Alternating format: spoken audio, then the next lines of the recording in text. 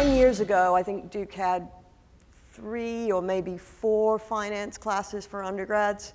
And now we have, I mean, literally dozens of them. So we have all of the usual courses on portfolio management and corporate finance and investment. We also have a course on equity research. We have a course on fixed income. We have a course on derivatives that students can take. We have that Shakespeare and Financial Markets course that John alluded to earlier. We have a course on behavioral finance, one that I teach, and absolutely fascinating, bringing psychology and finance together, which has actually been a course that's been attractive, not just to our finance students, but not surprisingly to the students in the psychology and neuroscience area. So with this range of different classes that our students can do, we've also opened up the range of students within Duke who are taking these classes. So a few years ago, we introduced a minor in finance for students who are not econ majors, but want to have access to all of these finance classes that we offer. So we have a couple of mathematics prereqs that students who want to do the finance minor have to go through, but most of the students who are interested in those courses, engineering, math, statistics, comp sci, most of those students are taking those math classes anyway, but they can very quickly get exposure to our now large range of finance classes. I think we graduated 30 or 35 finance minors last year, and we've also introduced a concentration in finance within the econ major. And the main reason for doing that is to give students a guideline for possible pathways through our now broad range of finance classes as they think about what areas of finance they might be interested in. So that's the curricula side. What I'd really like to spend a little bit more time talking about is the extracurricular side of what we do with finance education. So as John said earlier, much of what we do is not limited to econ majors or even to finance minors. It's open to every single Duke sophomore and junior at the school. These extracurricular competitions are sponsored by investment banks, and the goals of the competitions is to teach Duke students what they would actually be doing if they were working in the financial markets. So I'll give you a couple of examples. We had a competition this semester with Goldman Sachs, and the goal was students got into teams of 3 and they worked on a particular trade idea. And it was up to them what trade idea they chose. So we had some sort of straightforward, we had one team that made a pitch for why you should buy American Airlines. We had a team that went sort of global macro and gave an argument for why you should be buying China, buying India, but actually selling Russia. The winning team was a group of 3 women who made a pitch relating to the potential merger between RAI and Lorillard, and this enormous range of different ideas that they came up with. The way the competitions are structured, the teams are given some information, they go and work for 2 weeks, and they submit their presentations to us. And we had 50 teams who submitted for that competition, 50 teams of 3 students each. Again, this is not for a course, this is extracurricular.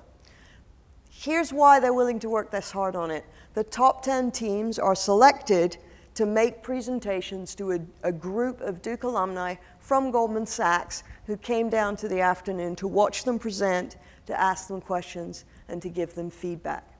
So the students are learning, here's the kind of job I'll do in the financial markets. The folks at Goldman Sachs are learning, here's these incredibly smart Duke students who can do more than just put on a suit. They can actually understand and do the work that we need them to do. Now, we've done these competitions with a range of different firms. We're in Charlotte right now, so I'll mention that for many years we were doing a competition with Bank of America. We've just started working with Wells Fargo. We also work with a number of other firms in New York. And the recruiting relationships that build from doing these types of competitions are absolutely fantastic, because the students learn the jobs, the people from the firms learn about the students. Actually, Bank of America has been one of our top hirers for many years of really talented Duke students. I'll mention one other extracurricular thing, and then I'll move on. One of the things that we faced with all of these competitions, which we do each full semester, As you may know, about half of Duke students study abroad in the fall semester of their junior year. And we think this is a really good thing for them to do. They should be exploring everything, not just a particular career path.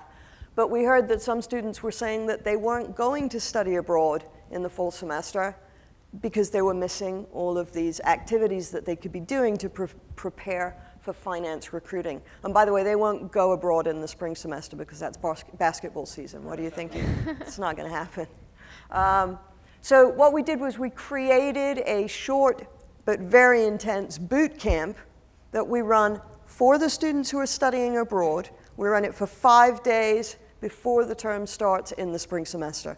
By the way, this coming spring 2015, that means we're starting on January 2nd because term starts really early this year. We spend 2.5 days training them on the various areas that they need to be familiar with when they go into investment bank recruiting interviews.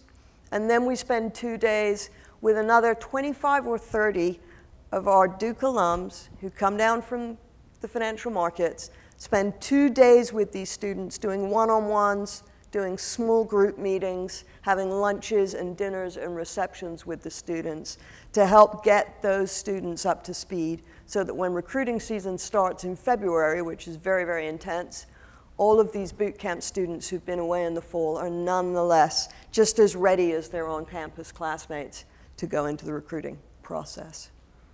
So how does that relate to all of you? Well, as John said, and as I've said many times, the reason we can do this is because of our alumni.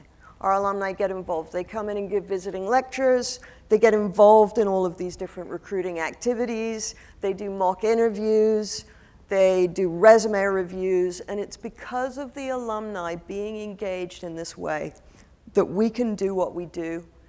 And we welcome opportunities to talk to any of you